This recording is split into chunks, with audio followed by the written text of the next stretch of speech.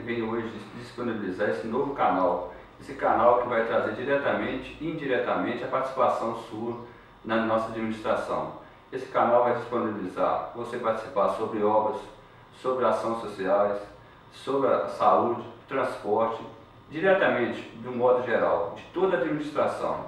E gostaria de frisar, iniciando, uma obra que trouxe muito para o nosso município, que é a Capela Velória e a ampliação do cemitério local. Esse serviço é oferecido gratuitamente a toda a população.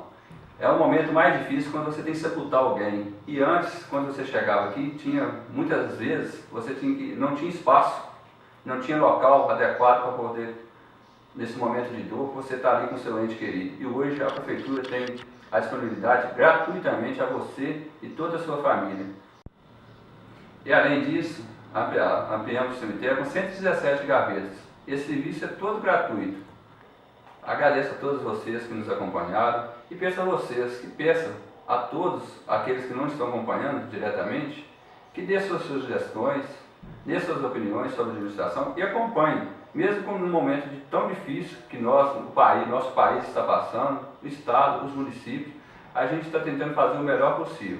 Que vocês acompanhem e peçam aos seus amigos que acompanhem o que está acontecendo de bom na nossa administração. Muito obrigado e continue sempre nos acompanhando, isso é muito importante para nós.